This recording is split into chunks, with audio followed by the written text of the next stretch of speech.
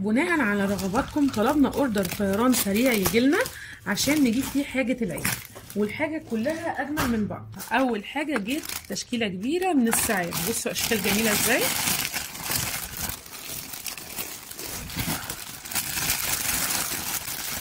وطبعا كل ساعة جاي معاها الادوات بتاعتها كاملة. بصوا الساعة والمكنة والقلم والتولز بتاعتها والشمع والطبق والدايموند.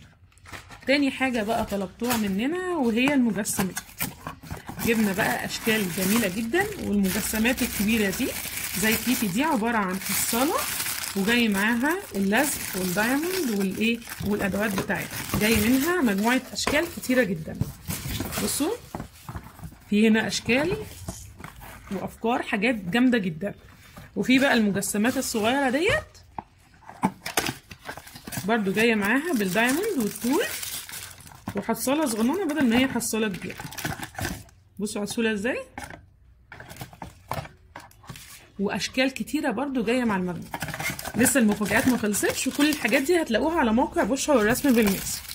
دي بقى المفاجأة التالتة، المراية، وبجد جميلة جدا. في منها شكلين، كيتي البيضة وكيتي اللي هي البينك، وجاية معاها الدايموند بتاعها اي بي، وجاي معاها طبعا اللزق والادوات بتاعتها. بصوا بقى الحلويات الصغننة دي حاجة كده ايه اخر دلع والشياكة، ونازلة بسعر رهيب جدا، مش هتتوقعوا سعرها لما تلاقوها على السايت.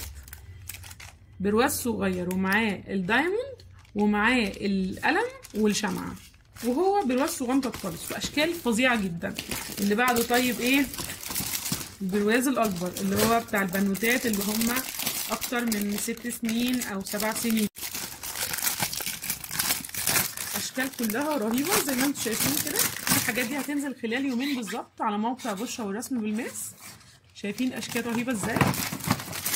بصوا هوريكم بقيه الاشكال، ولسه في مفاجآت كتيره، والمايسترو بوكس برده نازله على بشرى. حاجه كده بصراحه كلها احلى من بعض.